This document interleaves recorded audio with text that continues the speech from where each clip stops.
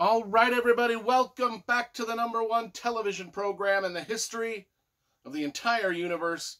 I am Brian Lee Durfee, author of The Forgetting Moon, The Blackest Heart, and The Lonesome Crown, all three books published by Simon & Schuster's Saga Press. Today I'm going to be reviewing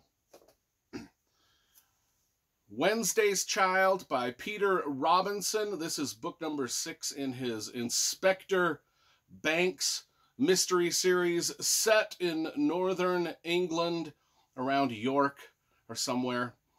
This book came out in 1992. There is, I think, maybe, gosh, I don't know. I've got the entire series of Inspector Banks novels up here. We'll go over here.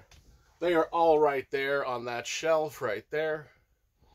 I think there's about 28 of them. And that's all there will be. The series is completed. The author passed away some years ago, so we get 28 of these, and they are great books. This is a great series, one of my favorite mystery series of all time. That's why I'm collecting them all, and that's why I'm rereading every single one for the channel for a review.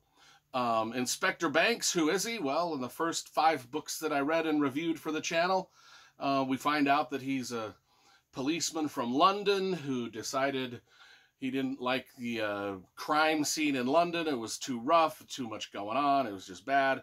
He moves up to the countryside near York and in a small town, and quickly finds out that people are just as bad in the small towns as they are in the big cities. And there's murders that happen, of course.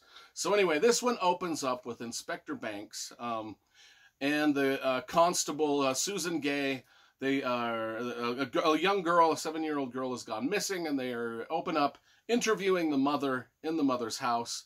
And just right out of the gate, just the description of the mother and the way she keeps her house, very, very descriptive. It's a gross house. The carpet's filthy. It stinks. Not good living conditions, almost like hoarder conditions. And then the young mother is a girl named Brenda, who just seems not like the brightest bulb in the whole house, if you know what I'm saying. I don't know what that bright bulb, the brightest bulb in the box, the brightest bulb in the socket. No, that can't be. Anyway, you know what I'm saying. She's a dumb lady.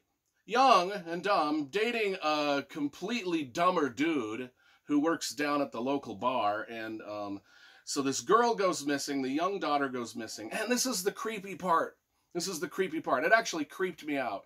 I'd forgotten a lot about this book because I'd read it back in the 90s when it came out, and then I've just spaced. But here's the thing, is there used to be, there was an actual thing in England where kidnappers would pose as like state workers, like working for the government, saying, hey, we've got a report that your kids are being abused. And we need to take your kids into the hospital to make sure that there's no injuries and stuff. And they'd come looking very official. And then the parents that are dumb, like Brenda and her dumb boyfriend, would be like, oh, well, they'd be so scared, you know. They'd be like, all right, I mean, we never abused our kid. Go ahead, you can check her out. You can take her in your ambulance to the hospital or whatever. We just, and then the kid would disappear. And there was a rash of these in England, I guess, for real. And then, so that was kind of the basis of this, where young Brenda is, you know, these two people show up at her house claiming that they're caseworkers for the Child Protective Services, and they say, we got to, you know, see if your kid is being abused because we got reports, and then they just stupidly let the kid go and vanishes into thin air. I was actually really disturbed by the opening of this, just seeing the horror of the mother and just the stupidity of her and her realizing that she's stupid, and Banks and the other investigator just being like, oh my God, what the fuck is going on?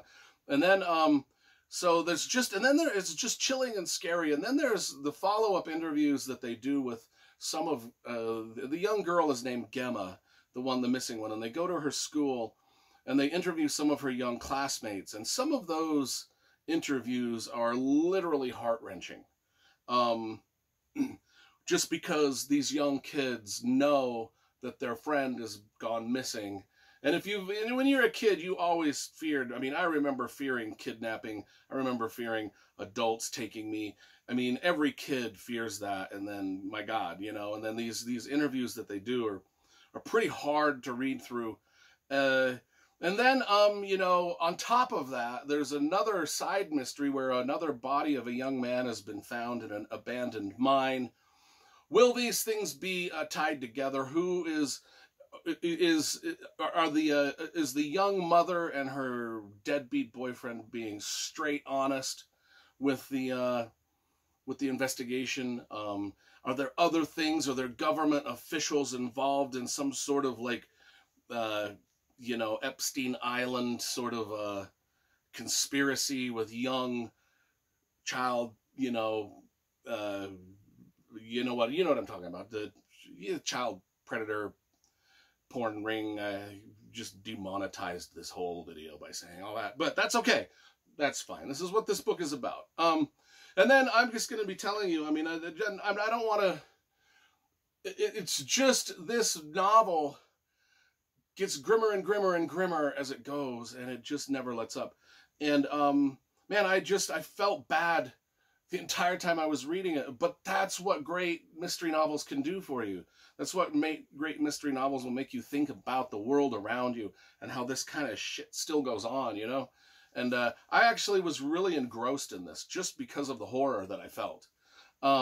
So this is probably, on my reread of all of these Peter Robinson, Inspector Banks books, book number 6 here really stands out as kind of like just it's next level. It's next level, and I really was engrossed in this in a disturbed way, and I just knew that it was going to have a bad ending. I just knew it. I knew it. And I'm not going to say whether it's good or bad ending, but I was like disturbed throughout. Anyway, so if you like murder mysteries that are really gonna hit you, this one will do it. I think. I mean, it did me. So I gotta give it like a 10 out of 10 just because I was glued to every word and everything that every character was saying. And so it was just a dynamite book in my opinion.